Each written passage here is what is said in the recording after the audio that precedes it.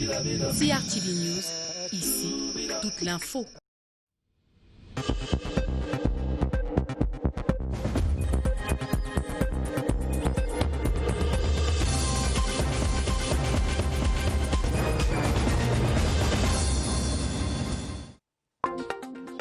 Government hits a bang on the table condemning the heinous and barbaric killings in Anglophone Cameroon by secessionists and armed gangs, inviting the defense and security forces not to relent in protecting the state institutions and the population. The wearing of face masks in Cameroon, government transitions from desensitization to repression as you either wear the mask or leave it and face the law. Gaoundere, chief town of the Adamawa region, undergoes a major facelift as the city council engages on major works to rehabilitate the urban road network. Those are our lead stories. Hello, it's the 7:30 news on the CRTV with me, Ben Menopufong in Yaoundé.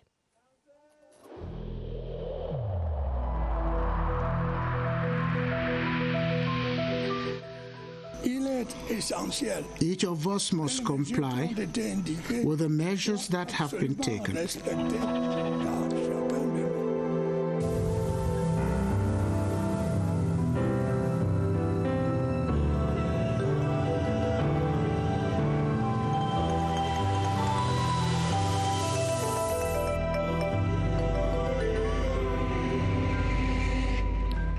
Thanks for joining us. We open this newscast with the gruesome murder of a 32-year-old lady in Muyuka by secessionist fighters in the southwest region.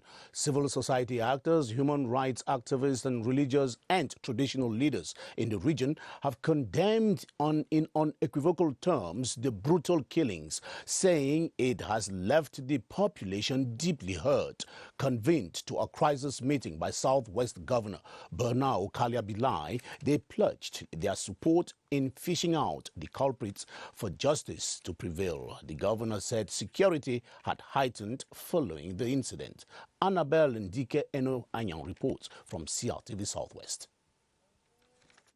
At about 1 p.m. Tuesday, the 11th of August, at the Makanga neighborhood in Moyoka town, the late Madame Afiri Comfort, mother of 2 kids, was arrested and brutally assassinated by some separatist terrorists who considered her as a black leg. While perpetrating the act, a video was done and it's presently circulating on the social media. Governor Bernard Okalia-Bilai, human rights activists, and other government stakeholders have joined your voices against such violence. At the end of the meeting, non-governmental organizations, religious leaders, traditional and political groups, sons and daughters of the region were called upon to step up efforts to bring out the elements of these armed separatist groups. The governor, on behalf of the government, guaranteed protection of the citizens and encouraged them to work in collaboration with the forces of law and order. And following that act, the government of Cameroon has the following communication to make. And it reads, the government of the Republic has taken cognizance in astonishment and indignation of the upsurge of acts of barbarity and horror perpetrated in recent days by secessionist terrorist armed gangs, which continue to sow terror and desolation among the populations in the northwest and southwest regions. In this respect, 2 murders which were widely circulated on social media particularly shocked the national community, which disapproved it. As a matter of fact, on August 4, 2020, at the place called Mbingwe Road in the Ntwalam neighborhood in Mankan, the Mezam division in the northwest region, the so-called secessionist terrorist leader named Fonte, alias Mad Dog, murdered with an unspeakable brutality his partner, a woman called Mrs. Mba treasurer, whom he suspected of colluding with the powers that be. In addition, on August 11, 2020, around 2 p.m., the lifeless body of Mrs. Comfort Tumasang, a 32-year-old Cameroonian woman, was found in Makanga neighborhood in Muyuka, Fakot Division, Southwest region. She was brutally shot dead by overexcited individuals belonging to the hordes of secessionist terrorists for having also refused to adhere to the ideas and ill-fated purpose of the secessionists who succor the region. The government of Cameroon strongly condemns these heinous and unsustainable acts committed by secessionist terrorist gangs who, for absurd, illegitimate and unacceptable motives, continue to kill honest and innocent citizens all around. Moreover, the government denounces the false allegations as well as the subterfuge and other deceitful maneuvers of the said secessionist armed gangs, which, after committing all kinds of atrocities against the population of the Northwest and Southwest regions, unscrupulously attribute them to our defense and security forces. In any case, the government urges the National Defense and Security Forces to pursue their Republican mission of protecting institutions and populations so that the rule of law shall always prevail, and reiterates to them the very high confidence of the President of the Republic, Commander-in-Chief of the Armed Forces, as well as the support of the entire nation. The Minister of Communication conveys to the bereaved families the sincere condolences of the Head of State, His Excellency Paul Biya, as well as the compassion of the entire government of the Republic. In addition, the government appeals to those who, hiding in the dark, especially abroad, keep supporting the secessionist rebels in the Northwest and Southwest regions, thereby encouraging the perpetration of unspeakable atrocities against the population of the said regions by those outlaws.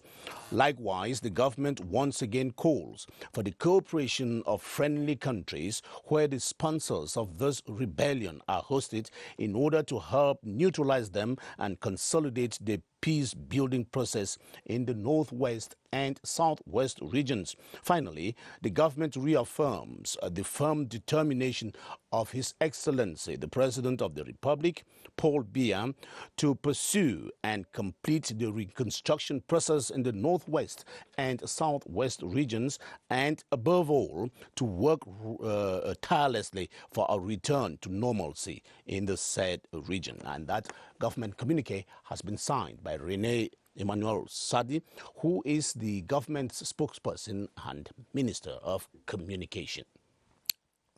And contrary to allegations that the buoyed DDR commission was facing, was facing huge financial problems, the coordinator of the National Disarmament, Demobilization and Reintegration Commission says all three centers are functioning well.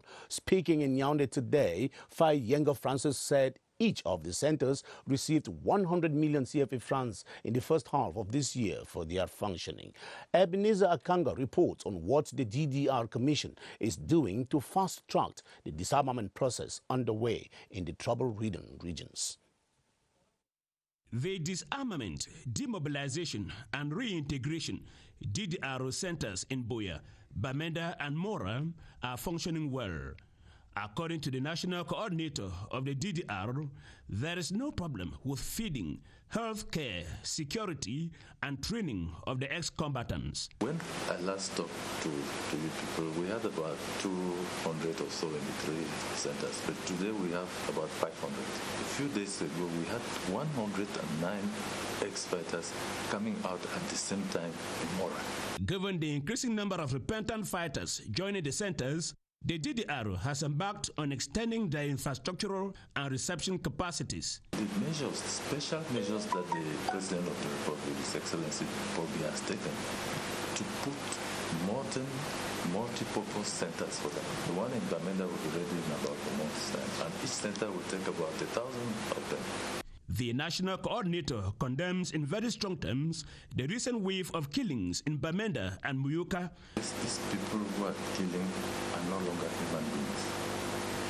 Those who are applauding the actions, particularly from abroad, are no longer human beings. And anybody who sympathizes with this is not a human being. There are about 500 ex-combatants in the 3 DDR centers. Cameroon's new ambassador to Ethiopia has expressed thanks to President Paul Biya on his appointment. 59-year-old Churchill Ewumbwe was speaking shortly after his appointment yesterday by presidential decree. Charles Ebune has a summary of the appointee's preliminary reactions in the following report. Years ago, Churchill Ewumbwe was a diplomat at Cameroon's mission in Ethiopia, where he will now serve as ambassador extraordinary and plenipotentiary.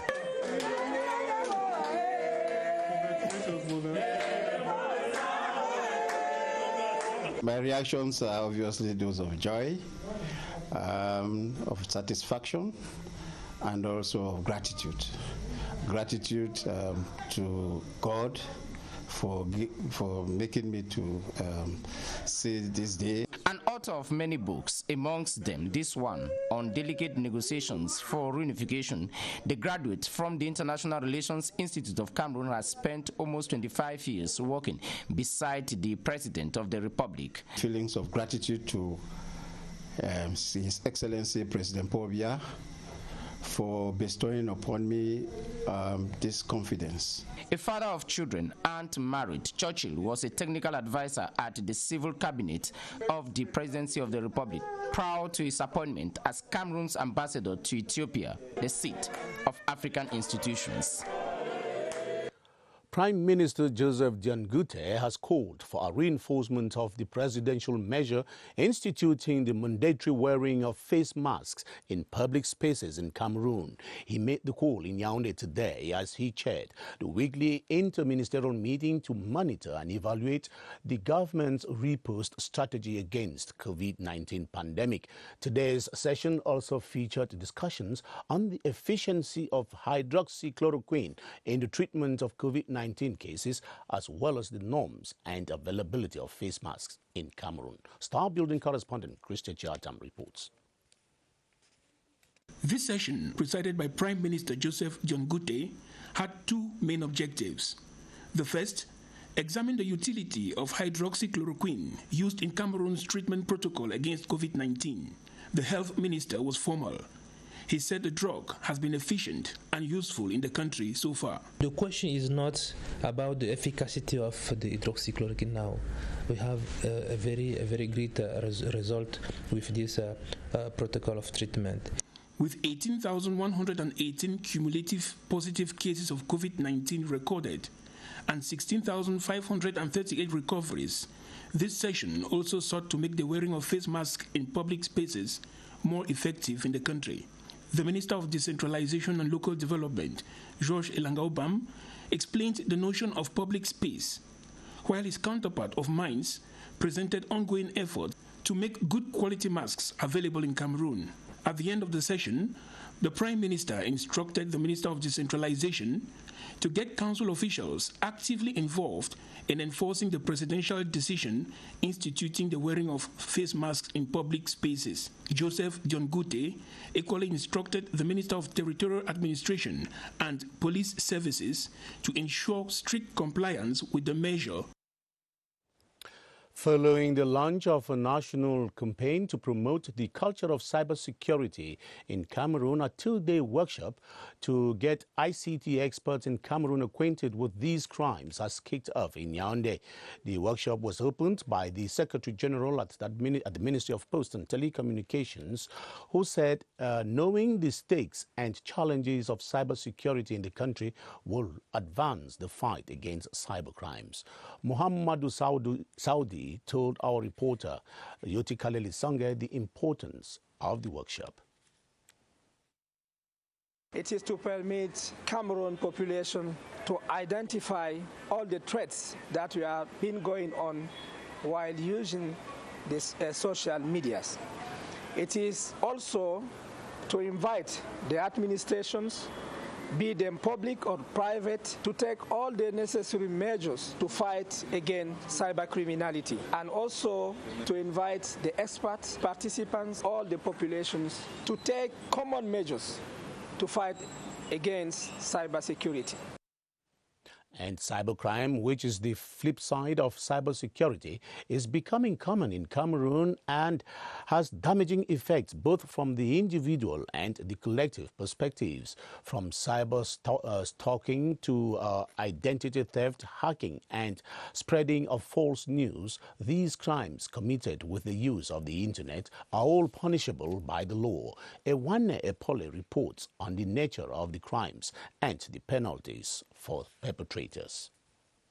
Cybercrime includes common cyber attack patterns like social engineering software vulnerability exploits, says ICT experts. We have things as scamming, phishing, different types of classification of cybercrimes depending on the way they operate, cybercrimes operate, and what they target. Areas like banks, which are more interesting for cyber criminals. Why? Because they feel that they can get money. Cybercrime targets both individuals and companies, in particular businesses such as financial institutions. Financial institutions are the first target of cybercriminality. But with mobile banking and mobile money, each individual is exposed to practice. To fight against the phenomenon, we use security measures like the use of passwords and security database. In Cameroon, we have a law. We have a special law in cyber security and cyber criminality. Those we are condemning such activities. According to ICT experts, security automation is a key tool in the fight against cybercrime. And you're watching the 7:30 news on the Cameroon Radio Television, the CRTV. We are beaming live from Yaoundé. The town of Ngaoundéré is gradually receiving a facelift with a series of road rehabilitation projects that are being carried out by the city council. Reports from this area say movement of goods and persons across this junction town has become more fluid since the work started on the urban road network some weeks back. Amos Enonyaket Abo reports or presents the changing face of the Adamawa regional headquarters. The town of Ngaoundéré is rapidly being metamorphosed with several rehabilitation roadworks gaining steam here and there. Before now, it was difficult gaining access to some neighborhoods at all times, but thanks to the efforts and determination of the city mayor, some neighborhoods have been disenclaved while others await their turn. Culverts constructed to allow the free flow of water and major roads widen.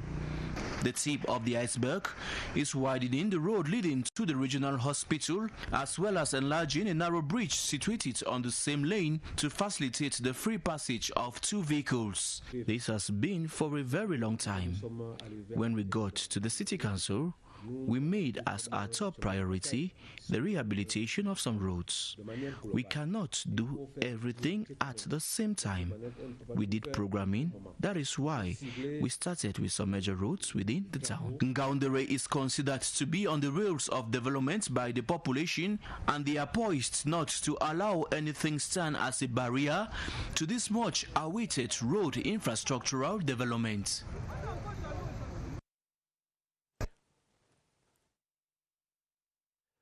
The ongoing rehabilitation work puts to an end to a nightmare that the residents of the town have been through moving from one part of the city to the other.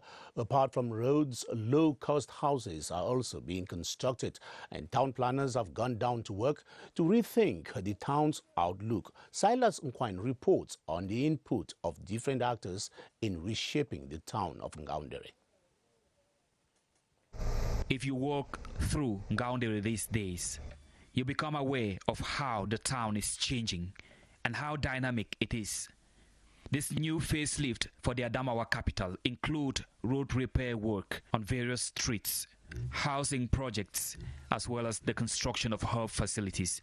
Ngaoundéré councils are also building safe and strong urban communities with dynamic economies, affordable and suitable homes for everyone. With the regional delegation for the economy planning and regional development being a key driver. Our contribution to help the councils in the context of developing our town and our region is to help them to get mature projects.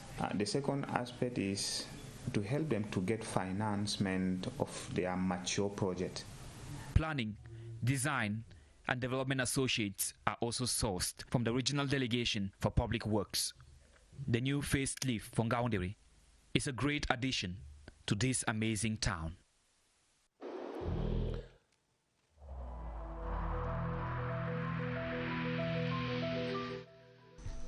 The wearing of face masks in public places will be mandatory until further notice.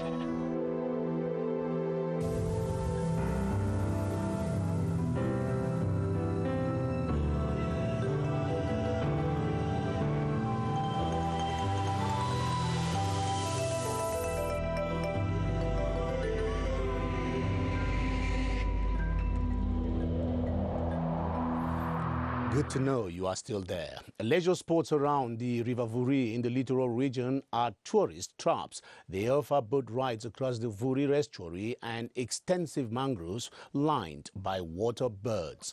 A refreshing experience for holiday makers, especially those in the city of Douala. In our series on Cameroon's tourist destinations, Scholar Maloke tonight got attracted to one of such leisure sports and takes us on this ride. It is the freshness of the air and the beauty of the waves that welcome you to this leisure center dedicated to the well-being of families and the community. Located some 700 meters from the main road or 10 meters on foot, the center offers a range of services. The Vuri proposes a lot of services.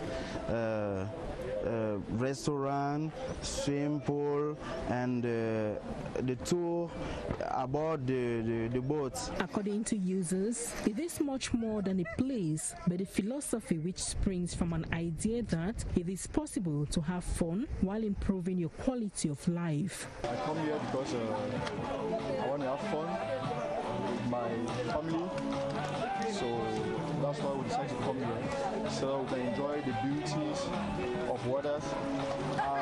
Beside the pool, we can also have a view of the sea of River Vuri, which is an amazing experience for me. So being here permits me to relieve stress and shed some weight. Apart from the different dishes, the swimming pools, this center also offers boat tours over the River Vuri. Just like this one, there are several other tourist destinations to be discovered in Douala, especially during this period of long holidays. Cameroon's Minister of Sports and Physical Education, Narcisse Moelle Kombi, says government is ready to help renovate the CAF Excellence Center in Bankomo, which is today in ruins. The minister was speaking as he visited the once attractive sports jewel, now begging for renovation. Baldwin Sama reports on the need to quickly arrest the situation before the final dirge is sung. A less enviable entrance into the CAF Excellence Center in Bankomo, worn-out buildings, an abandoned environment looking less attractive. This is a deplorable condition that welcomes you to this once cherished CAF Excellence Center, today a shadow of itself. Even this abandoned pool leaves much to be desired, as Sports and Physical Education Minister Professor Narcisse Moelle Kombi came visiting a center that was managed by the Confederation of African Football CAF between 2014 and 2017, and since 2017, the center relies only on funds from teams that come and train here and different seminars and symposiums for maintenance. Staff of this center have gone for several months this year with no salaries, as the unexpected coronavirus has stopped activities here that kept the center alive. Accompanied by the Senior Divisional Officer of Mefo and Akono, Sports and Physical Education Minister Professor Narcisse Moelle Kombi visited different sections in this center and promised government's intervention to save this once beautiful jewel, today begging for renovation. As of today, COVID-19 cases in Cameroon stand at over 18,000 with 17,000 recovered. Tonight, our reporter Baldwin Sama at the Public Health Emergency Operations Center updates us on the crisis, and with his guest, he will be particularly talking about the case of vulnerable group, notably those suffering from sickle cell anemia. Hello, Baldwin. Thanks for joining us.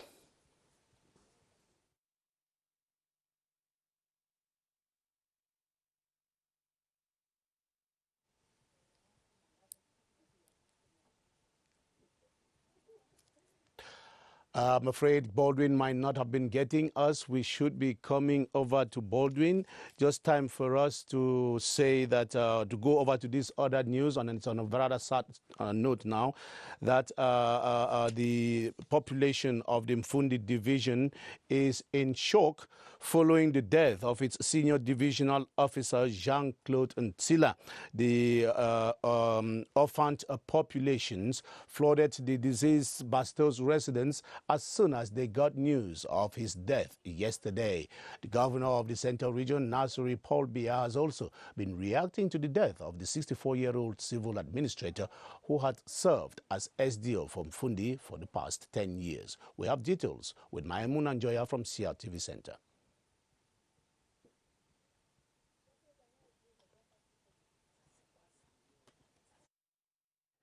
Maimuna should be waiting again too, because I have indications that Baldwin Sama is now back from the Public Health Emergency Center here in Yaoundé to update us on the COVID-19 cases in the country today. Hello, Baldwin. If you are listening to me, can we have the figures?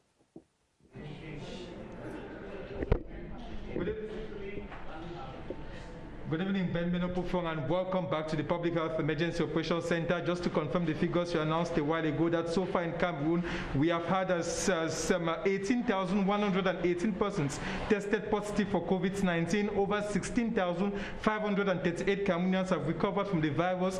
403 Cameroonians have died of COVID-19. We have had over 190,000 persons tested for COVID-19 in the country, with 1,117 persons who are active, that is living with the virus. Tonight with our guest, Dr. Nengom Tony, we shall be talking about persons, especially those living with, those who are suffering from sickle cell, vulnerable to COVID-19. Good evening, doctor. Good evening, Mr. Sama. Those who are suffering from sickle cell, what are they expected to know as far as avoiding being infected with COVID-19 is concerned? Thank you, Mr. Sama. We have to know that children suffering with sickle cell disease are more likely to have infection, particularly pulmonary infection. So those pulmonary infections can lead to a terrible complication, which is called acute chest syndrome. So we advise all children with sickle cell disease to avoid the COVID-19, to observe all the barrier measures already known, like wear the face mask, keep the social distancing, and wash their hands all the time. And finally, if they discover they have any of these symptoms, is it advisable to take them to the hospital? Yes, we advise them to go straight to the hospital when they have one of the symptoms already known. Thank you so much, Dr. Nengom Tony. You are a pediatrician. Just remind our viewers of the figures. 18,118 persons tested positive, 16,538 recoveries, 403 persons have died of COVID-19, and we have 1,117 active cases for COVID-19 in Cameroon. Back to you, Ben. Thank you, Baldwin Sama, for those updates. And we will be giving you the report on the death of the senior divisional officer of the Mfundi division in our subsequent newscasts. And that's where we'll leave it for today and for the week. I'll be back on Monday with yet another fresh crew. Thanks for watching. Bye-bye.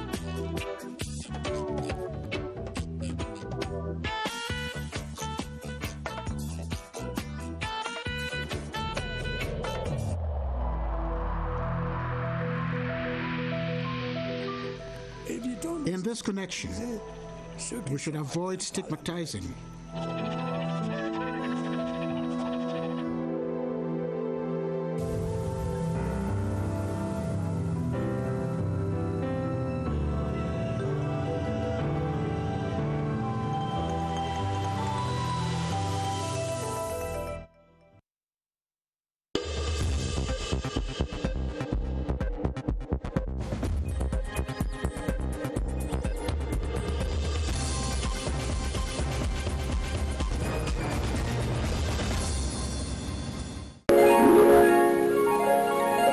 CRTV News, ici, toute l'info.